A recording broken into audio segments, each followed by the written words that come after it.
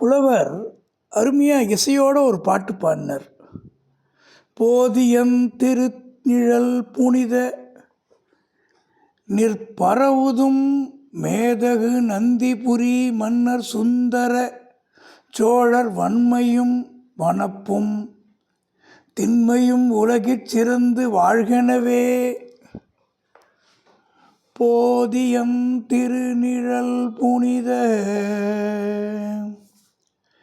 நிற்பரவுதும் மேதகு நந்திபுரி மன்னர் சுந்தர சோழர் வன்மையும்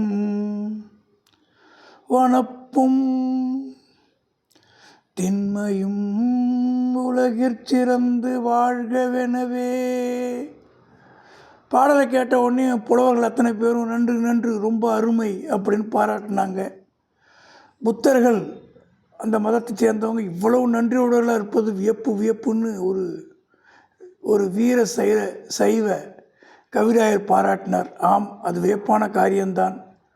உலகப்புறம் புத்த மடத்துக்கு நான் செய்த சேவை மிக அற்பம், அதற்கு இவ்வளவு பாராட்டு வேண்டுமா என்றார் மன்னர். சக்கரவர்த்தியின் வன்மை திறத்தை அனுபவித்தவர்கள் யார்தான் என்றென்றைக்கும் நன்றி செலுத்தி பாராட்டாமல் இருக்க முடியும்?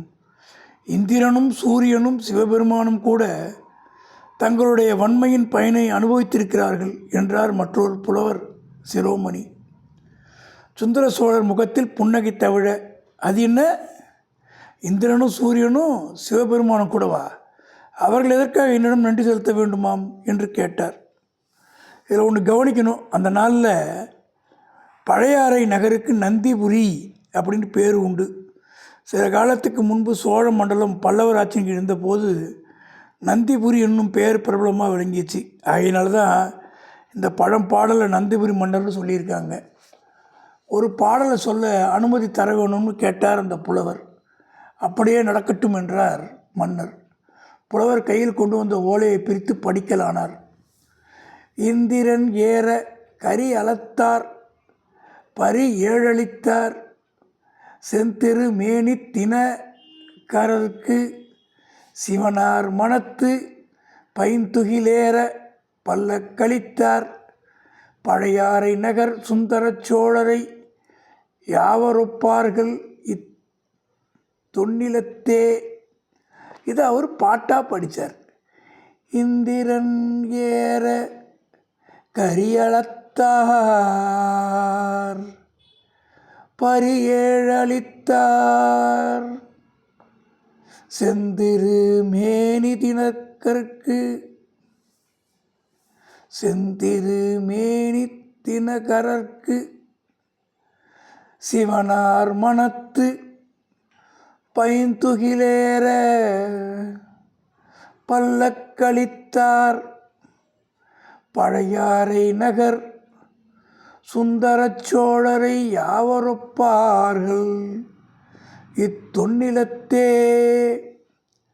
பாடலை புலவர் பாடி முடிச்சது ஒன்று சபையில் இருந்த மற்ற புலவர்கள் எல்லாரும் சிரகம்பம் கரகம்பம் செய்வதும் ஆகாரம் செய்தும் நன்று நன்று கூறி தங்கள் குதூகலத்தை வெளியிட்டார்கள். தலையாட்டினாங்க, வேகமாக கைத்தட்டினாங்க. சுந்தர சோழர் முகம் மலர்ச்சியோடு இந்த பாடலின் பொருள் இன்னதென்பதை யாராவது விளக்கி சொல்ல முடியுமான்னு கேட்டார். ஒரே சமயத்தில் பல பேர் எழுந்து நின்னாங்க. பிறகு நல்லான் சாத்தனாரை தவிர மற்றவர்கள் அனைவரும் உட்கார்ந்தார்கள். நல்லான் சாத்தினார் பாடலுக்கு பொருள் கூறினார். ஒரு சமயம் தேவேந்திரனுக்கும் விருத்திராசரனுக்கும் போர் நடந்தது. அதில் இந்திரனுடைய ஐராவதம் இறந்து போயிடுச்சு. அதற்கு இணையான வேறொரு யானை எங்கே கிடைக்கும்னு இந்திரன் பார்த்து கொண்டிருந்தான். கடைசியில் பழையாறு நகரில் வாழ்ந்த சுந்தர சோழ சக்கரவர்த்தியிடம் அவன் ஐராவதத்துக்கு நிகரான ஒரு யானை வேண்டும் என்று யாசித்தான். ஐராவதத்துக்கு நிகரான யானை என்னிடம் இல்லை, அதைவிட சிறந்த யானைகள் தான் இருக்கின்றன என கூறி இந்திரனை தனது யானை கொட்டாரத்துக்கு அழைத்து சென்றார். அங்கே குன்றுகளைப் போல நின்ற ஆயிரக்கணக்கான யானைகளை தேவேந்திரன் பார்த்துவிட்டு எதை கேட்பதென்று தெரியாமல் திகைத்து நின்றான். அவனுடைய திகைப்பை கண்ட சுந்தர சோழர் தாமே ஒரு யானையை பொறுக்கி இந்திரனுக்கு அளித்தார். அந்த யானை எப்படி அடக்கி ஆளப்போகிறோம்? நம் வஜ்ராயுதத்தினால் கூட முடியாதே என்ற பீதி இந்திரனுக்கு உண்டாகிவிட்டதை கவனித்து வஜ்ராயுதத்தை விட வலிமை வாய்ந்த ஓர் அங்குசத்தையும் அளித்தார். பின்னர் ஒரு காலத்தில் செங்கதிர் பரப்பி உலகெல்லாம் ஒளி தரும் சூரிய பகவானுக்கு ராகு என்னும் அரக்கனுக்கும் பெரும் போர் மூண்டது. ராகு தினகரனை விழுங்க பார்த்தான், முடியவில்லை. தினகரனுடைய ஒளி அவ்விதம் ராகுலை தகித்து விட்டது. அதனால் சூரியனுடைய தேரில் பூட்டிய குதிரைகள் 7 ராகுவின் காலகோடி விஷத்தினால் தாக்கப்பட்டு இறந்தன. சூரியன் தன் பிரயாணத்தை எப்படி தொடங்குவது என்று திகைத்து நிற்கையில் அவனுடைய திக்கட்ட நிலையை கண்ட சுந்தர சோழர் 7 புதிய குதிரைகளுடன் அவருடைய படையில் இருக்கக்கூடிய 7 புதிய குதிரைகளுடன் பகவானை அணுகி ரதத்தில் இந்த குதிரைகளை பூட்டி கொண்டு சென்று உலகத்தை உயிர்க்க வேண்டும் என்று கேட்டுக்கொண்டார். தன் குலத்தில் வந்த ஒரு சோழ சக்கரவர்த்தி வாரும் சமயத்தில் உதவியை சூரியனும் மிக மெச்சினான். பின்னர் சிவபெருமானுக்கும் பார்வதி தேவிக்கும் கைலியங்கரையில் திருமணம் நடந்தது. பெண் வீட்டார் கல்யாண சீர்வரிசைகளுடன் வந்திருந்தார்கள். ஆனால் பல்லக்கு கொண்டு வர தவறிவிட்டார்கள். ஊர்வலம் நடத்துவதற்கு எருமை மாட்டை தவிர வேறு எதுவும் வாகனம் இல்லை. இதை கவலையோடு பேசிக்கிட்டாங்க. இதை அறிந்த சுந்தர சோழ சக்கரவர்த்தி உடனே பழையாறை அரண்மனையிலிருந்து தனது முத்து பல்லக்கை கொண்டு வர சொன்னார். பயபக்தியோடு சிவபெருமான் திருமணத்துக்கு தம் காணிக்கையாக அப்பல்லக்கை அணித்தார். அப்படிப்பட்ட சுந்தர சோழ சக்கரவர்த்திக்கு ஊமை சொல்லக்கூடியவர் இந்த விரிந்து பறந்த அலைகடல் சூழ்ந்த பெரிய உலகத்தில் யார்தான் இருக்கிறார்கள்? இதையெல்லாம் கேட்டுக்கொண்டிருந்த சுந்தர சோழ சக்கரவர்த்தி களீர்னு சிரித்தார்.